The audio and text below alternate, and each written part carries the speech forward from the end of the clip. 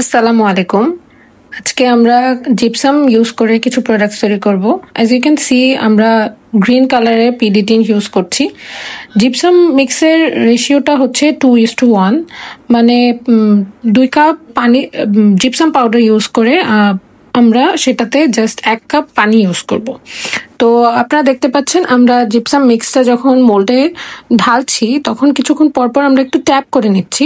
Tap করার কারণ হচ্ছে আমরা যদি ঠিকমতো ট্যাপ না করি তাহলে কিছু এয়ার বাবল থেকে যাবে, তো তাহলে ফিনিশিংটা সুন্দর আসবে না। মাশাআল্লাহ দেখতে পাচ্ছেন আমাদের প্রোডাক্টের ফিনিশিংগুলো কত সুন্দর এসেছে। যদি আপনাদের ভালো লেগে থাকে please do like, comment and share, তাহলে আমরা আরও ইন্সপায়ার হয়ে আরও সুন্দর সুন্দর প্রোডাক্টস তৈরি করে আপনাদেরকে দেখাতে পারবো।